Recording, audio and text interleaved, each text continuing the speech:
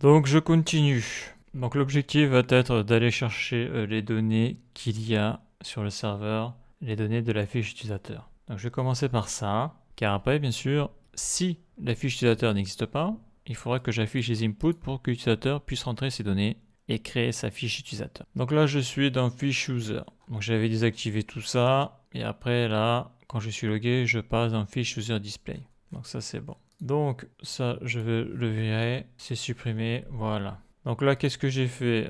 J'ai fait que si je suis logué, donc ça je vais chercher ces données là dans le slice authentication. Donc si je suis logué, donc ici ça sera true, ça veut dire que j'ai récupéré le token et l'user ID. C'est ça que ça veut dire. Donc je vais le mettre en haut plutôt lui. Donc ça veut dire que je suis logué et surtout ça veut dire que dans authentication, j'ai accès donc à la réponse du serveur et dedans on avait vu qu'il y avait l'user ID, le token et l'admin. Ça on a pu le voir dans des vidéos précédentes, il n'y a pas de souci, ça fonctionne. Donc je vais essayer de tout mettre sur la même ligne là. Voilà, je fais ça comme ça, c'est bon. Donc là je vais vouloir faire une requête get vers le serveur. Donc je vais mettre ça dans un use effect car cette requête va s'exécuter au chargement du composant. Donc je mets la fonction fichier, les accolades et je mets le tableau de dépendance. Donc là classique. Donc, qu'est-ce que je vais faire? Je vais dispatch une action. Donc là, pour le moment, l'action, je ne l'ai pas faite. Mais ce dispatch va être exécuté que si la condition qu'il y a ici est à true. Donc ça, c'est obligatoire pour éviter les boucles infinies, tout ça. Ça marche mieux quand c'est dans des conditions. Donc moi, qu'est-ce que je veux? Déjà, je veux être logué. Ça, c'est sûr. Car si je ne suis pas logué, c'est pas la peine de faire de dispatch. Voilà, donc théoriquement c'est suffisant. Donc j'avais mis dans une autre version, j'avais rajouté l'user ID, donc on verra si ça marche avec ou sans. Voilà, parce que si je suis logué, ça veut dire que ici, je vais l'afficher dans le slice authentication. Ça veut dire que si je suis logué, ça veut dire que, on le voit ici, ça veut dire que j'ai reçu le token user ID et l'admin. Donc je me remets comme ça. Donc il va falloir que je dispatche donc mon action asynchrone. Je ne l'ai pas encore faite, mais je vais l'appeler getFishUser. Donc aller chercher la fiche du user. Et donc il faudra que je passe deux arguments dans cette fonction, qui va être l'user ID et le token.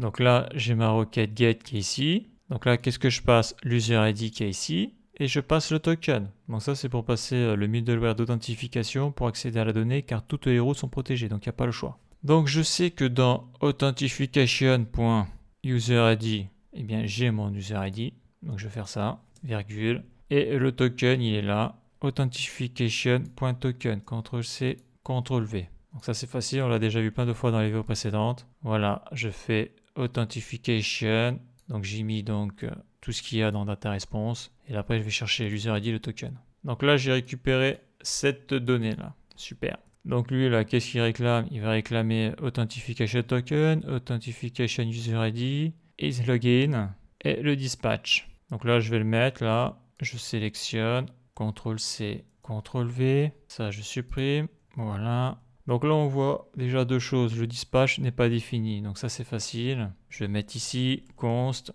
dispatch égale, et je vais utiliser le custom hook use dispatch de React Redux. Donc là, il faut l'importer. Voyons, je clique dessus, CTRL espace. Donc je ne sais pas pourquoi il met ça, parce que je vois que l'importation ne marche pas, peut-être un bug du Visual Studio Code. Donc là, qu'est-ce que je fais? Comme j'ai déjà importé useSelector, virgule, CTRL-V. Voilà. Donc là, tout est bon. Donc lorsque ce composant sera chargé, il exécutera la requête qu'il y a ici. Là. Donc le dispatch exécutera l'action asynchrone qu'il y a ici. Bon, il faut la faire. Donc là, qu'est-ce qu'il me réclame? Il me réclame dispatch. CTRL-C, CTRL-V. Donc ça, c'est bon. Donc maintenant, je vais faire l'action asynchrone. Donc ça va être facile et assez rapide parce que j'ai tout ici. J'ai la requête ici, l'URL, j'ai le format. Donc j'avais créé le fichier dans une des vidéos précédentes, action, et c'est fiche user action. J'ouvre à côté, voilà. D'ailleurs, lui, je vais l'ouvrir à côté. Speech write, voilà. Lui, je le ferme.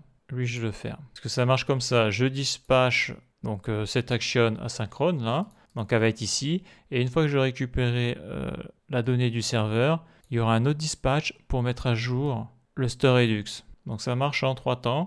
Et quand tu fais ce genre de truc, et bien quand ça merde, quand ça plante, tu peux avoir le bug ici, ici ou ici. Donc après il faut chercher. Donc ça c'est bon. Ça je vais le mettre en tout petit. Voilà. Donc là je vais créer mon action asynchrone. Donc je mets ici, donc je vais mettre un petit commentaire avant, pour que ça soit plus clair. Donc c'est une requête get, donc ça va être pour aller chercher la fiche utilisateur. Mais ça va être aussi pour contrôler si la fiche utilisateur existe ou pas. Voilà, donc si elle n'existe pas, théoriquement, la réponse du serveur, ça sera rien, vide. Donc là, c'est toujours la même chose. Donc je fais un export. Donc le nom de la fonction, ça va être getFishUser. Donc c'est une expression de fonction. Je mets les parenthèses. La fonction fichier, voilà. Donc dedans, je lui passe 2 arguments. Donc c'est une fonction qui a besoin de 2 paramètres, le user ID et le token. Donc ça, c'est pour l'authentification. Les rows sont protégés. Donc là, je vais marquer user ID et token. Voilà ce qui est attendu. Donc là, comme c'est un tunk, ici, tu dois faire un return. Et là, il faut y mettre une autre fonction. C'est comme ça que ça marche. C'est un nom technique, ça. J'ai oublié. Ça me reviendra peut-être. Dedans, je mets le dispatch. Et ici, j'y mets async parce que c'est asynchrone. Donc là, c'est classique. Donc après, un petit commentaire pour, par exemple, même si on le sait, mais je vais le mettre, c'est la requête get. Voilà, parce que là, je vais déclarer une autre variable que je vais appeler fetch. Donc fetch, pour aller chercher de la donnée, c'est du get et data. Voilà. Donc c'est une fonction qui est asynchrone. Voilà, pour ça. Donc qu'est-ce que j'attends, moi? Eh bien, j'attends la réponse du serveur. Donc je vais mettre ça dans une variable. Const response. Donc je vais utiliser l'API fetch. Moi, j'utilise pas Axios. Ça évite d'importer une bibliothèque en plus. Le navigateur sait le gérer, donc je vois pas l'intérêt. Donc bien sûr, c'est asynchrone, donc await, fetch. Donc fetch, qu'est-ce qu'il veut lui? Ben, il faut le configurer, donc déjà il faut l'URL, c'est-à-dire la route où il y a la donnée. Donc l'URL, elle est ici, là. Elle est là, donc je vais la mettre directement, je vais pas la mettre dans une variable. Voilà ce que j'ai besoin. CTRL-C, CTRL-V, voilà mon URL, ma route. Donc là, Authentification, j'en ai pas besoin parce que l'user ID, je le mets en direct en le passant ici dans la fonction. Ça, c'est bon, mais c'est pas fini parce qu'après, on met une virgule et là, on met l'objet de configuration. Donc c'est une requête get, c'est la plus facile. On sait que c'est une méthode get. On sait que le headers, il faut le content type application JSON, quoique non. Sur du get, j'ai pas besoin, hein. Sur du post, oui. Et j'ai l'autorisation bearer. Alors je sélectionne ça, que je me plante pas avec les accolades, car c'est une source de problème. CTRL V, CTRL/, donc en principe, ça, j'en ai pas besoin là, hein. Je vais le désactiver. Et donc là, le token, je le passe en argument dans la fonction. C'est comme ça que ça s'écrit. Majaltef. Donc là, j'ai mon URL vers le serveur. Là, j'ai la méthode get. Là, j'ai le header. Je passe bien l'user ID et le token. Donc là, je passe l'authentification. Je suis ici, là, c'est ça. Je suis ici. Donc on voit là le petit trait. Là, je vais ici. Donc là, après, je récupère la réponse du serveur que je vais mettre dans data response. Égale. Donc c'est await.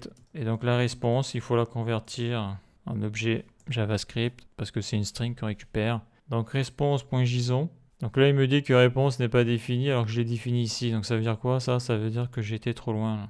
J'ai été beaucoup trop loin. Il faut que je remonte un peu là. Voilà. C'est vrai que ce qui est un peu relou là, c'est que ça... Ouais. C'est qu'il n'y a pas des couleurs la plus accentuées. C'est dommage. Voilà, donc quand cette fonction sera exécutée, et je récupère ici la réponse du serveur. Donc après, c'est comme d'habitude, if. Donc si la réponse n'est pas OK, comme ça m'évite de mettre un else. Donc response.OK. Donc si c'est à false, je passe à tout. Donc response.OK à false, ça veut dire que ça s'est mal passé, hein. Donc là, qu'est-ce que je fais? Je fais un throw new error. Et là, je vais écrire problème pour récupérer la donnée sur le serveur. Voilà. Et si ça s'est bien passé, si response.OK est à true, donc ici ça sera false, donc le if ne sera pas exécuté, il va sauter cette ligne-là. Et donc je return la réponse du serveur, CTRL-C, CTRL-V. Ça, c'est bon. Voilà la fonction fetchGetData. Donc maintenant, il va falloir que je l'appelle cette fonction. Donc là, je vais faire un try catch. Donc try et catch pour récupérer l'erreur s'il y en a une. Donc le catch, ça va être ça. Ça, c'est comme d'habitude. Donc là, je fais un console log. CTRL-C, CTRL-V et un console log de error. Donc il y a probablement mieux à faire, mais bon, j'y vais rarement là-dedans. Donc ça, c'est bon. Donc la réponse du serveur, quand j'appelle cette fonction, va être retournée, la data response. Donc je vais la stocker dans une variable. Donc cette variable, je vais l'appeler, donc c'est une constante, fiche user data. Donc dedans, j'appelle donc la fonction, donc fonction asynchrone.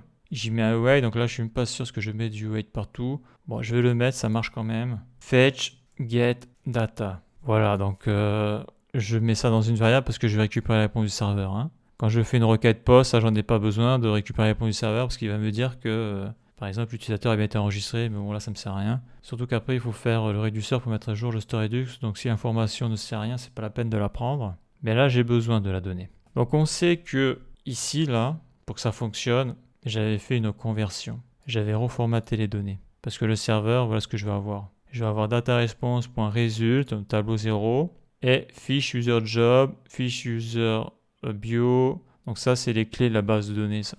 Et donc je convertis ça en job, bio, pour que ça soit plus simple. Voilà, parce que avant de dispatch la donnée que je vais recevoir pour la mettre dans le StoreRedux, moi, il faut que la donnée, la clé, ce soit h bio, que ce soit ça. Donc je vais transformer ça, comme j'avais fait ici. Voilà. Donc j'avais mis ça dans un if, il y avait une condition. Pourquoi? Parce que il y a deux cas de figure. Soit la fiche a été créée, donc je vais recevoir de la donnée, mais si la fiche n'a pas été créée, je vais rien recevoir du tout.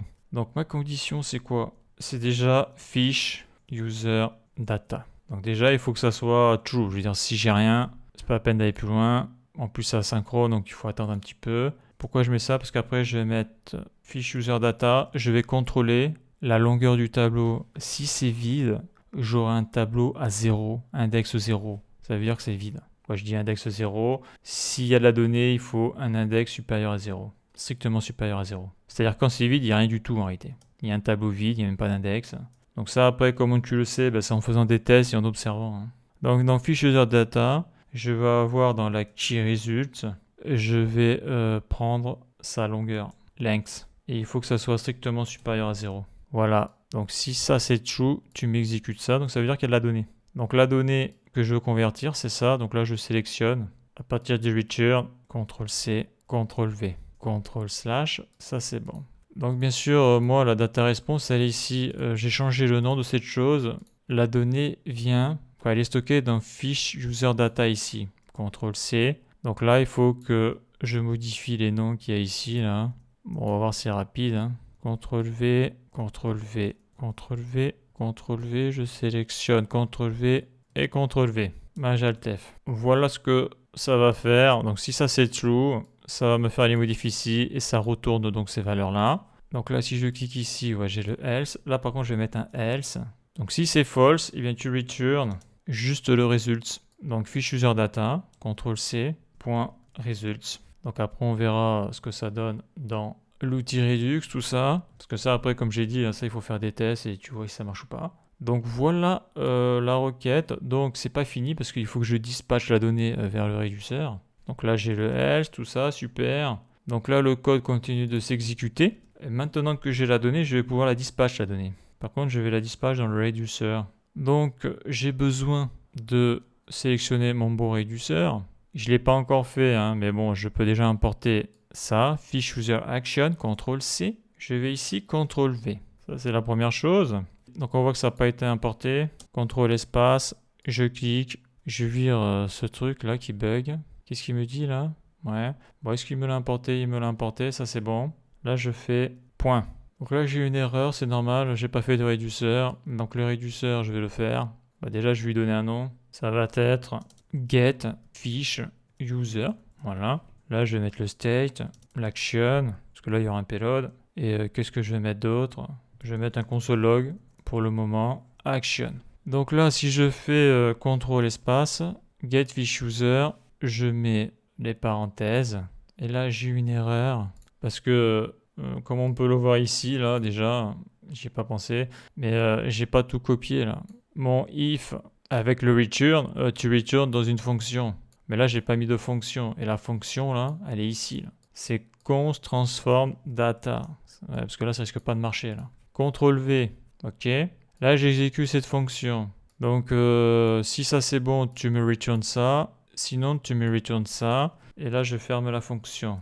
Alt-F, est-ce que c'est bon? Voilà, ça marchera mieux comme ça. Et donc, qu'est-ce que je vais passer en payload? Eh bien, la donnée que j'ai transformée qu'il y a ici, CTRL-C, CTRL-V. Là, on voit qu'il n'y a plus d'erreur, c'est génial. Par contre, là où il y a une erreur, c'est ici, parce que là, je ne l'ai pas importé. Donc, si je fais CTRL espace, est-ce que ça marche? Ouais, ça marche. Donc j'ai toujours cette saloperie de bug là. C'est bon. Je vais ici. OK.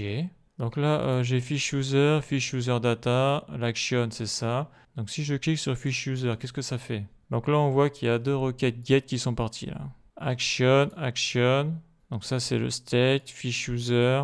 Donc là, pour le moment, il n'y a rien du tout dedans parce que j'ai pas mis le StoreRedux à jour. Et ici, qu'est-ce que j'ai là? Fiche user, ouais, j'ai rien. Alors peut-être dans la console. OK, il y a une erreur. Alors oui, ça, c'est chiant ça. Non, serializable value was detected in action. OK. Ouais, alors ça, c'est peut-être à cause de la photo. Ça, je l'ai eu souvent, ça, avec les requêtes post et put. Suivant si tu mets un fichier photo, t'as ça. C'est pas serializable. Et ça plante. Dans le payload, ça, c'est un classique, ça. Donc le problème, il viendrait d'ici. Ouais, donc déjà, là, transform data, ça sera mieux si j'exécute la fonction. Parce que là, bien sûr, si tu n'exécutes pas la fonction, le boulot ici, il va pas être fait. Je ne vais pas avoir un return avec la bonne donnée. Donc j'aurais pu mettre un console log, mais pareil, des fois, quand tu fais ça, bien avant de faire le dispatch, là, tu fais un console log, comme ça, et tu mets ta fonction, CTRL-C, CTRL-V, et tu mets les parenthèses, et tu vois ce que ça donne. Donc j'actualise. Fiche utilisateur. Donc là, il me dit que au niveau du console log, je reçois rien du tout. Alors je suis connecté chez qui là? Voyons, je vais essayer le 2 là. Se connecter. Fiche utilisateur. Voilà, donc c'était test 02. Donc on voit que là, j'ai récupéré de la donnée. Super. Donc pour que ce soit plus clair, je vais quand même virer ça là. Donc c'était test 02. Test 02 qui doit être Scott. J'actualise. Fiche utilisateur. Voilà. Donc là, on voit bien le payload. On voit que c'est Scott, ok. Et là, on voit que je l'ai 2 fois à chaque fois, c'est bizarre. Donc j'ai le type fiche user get fiche user, je vais zoomer un peu. Et le payload, voilà, j'ai la donnée. Donc ça, c'est le console log que j'ai mis dans le Reducer. Car si je vais sur Redux, donc si je vais ici, là, donc il me met l'action. Donc on voit ce qui passe dans l'action, donc je vais dézoomer là, j'ai pas le choix. Dans le payload, je passe le job, le bio avec les données du serveur, ça c'est bon. Et là c'était quoi? Bah c'est la même chose, c'est bizarre, j'ai en double. On voit qu'il y a 0, alors je sais pas si c'est des secondes, ouais, c'est des... Non, je crois que c'est des dixièmes de seconde. Enfin des centièmes de seconde. Ok. Donc dans le state, il n'y a rien, parce que j'ai pas mis à jour le state. Pour ça, il faut toucher au reducer. Donc là, on a vu que dans l'action, ici, là, je faisais venir cette donnée-là, qui est ici, l'action est là. Voilà ce que je récupère. Maintenant, cette donnée-là, il faut que je la mette dans le StoreRedux et dans la bonne clé. Donc c'est la 3e étape. Donc ça, je vais le virer, j'en ai plus besoin. Donc qu'est-ce que je veux mettre à jour? Donc dans le state, je veux mettre à jour fiche user data, CTRL-C, CTRL-V. Et donc la donnée vient du payload, donc action.payload. C'est tout pour cette partie-là. Donc si je reviens de l'autre côté, si je clique sur fiche utilisateur, donc ça c'est bon. Donc si je vais ici, l'action, donc voilà la donnée que j'ai récupérée. Et là par contre, si je vais dans le state, on voit que dans fiche user et dans la key fiche user data, on voit que le state a bien été mis à jour. Donc là, j'ai récupéré la donnée. Donc ça, c'est cool. Par contre, on constate que la donnée là ne s'affiche pas ici. Donc là, on a fait une étape importante. Dans le composant fiche user, je dispatch l'action asynchrone get fiche user. Je transmets l'user ID, le token. Après, l'action asynchrone, elle est ici pour récupérer la fiche. Voilà, ça fonctionne. Et après, je mets à jour le StoreRedux. Là, je fais maj alt F. Donc là, ce qui manque maintenant, c'est l'affichage des données. Parce que là, il y a un truc qui ne marche pas. Donc ça, on le verra dans la prochaine vidéo.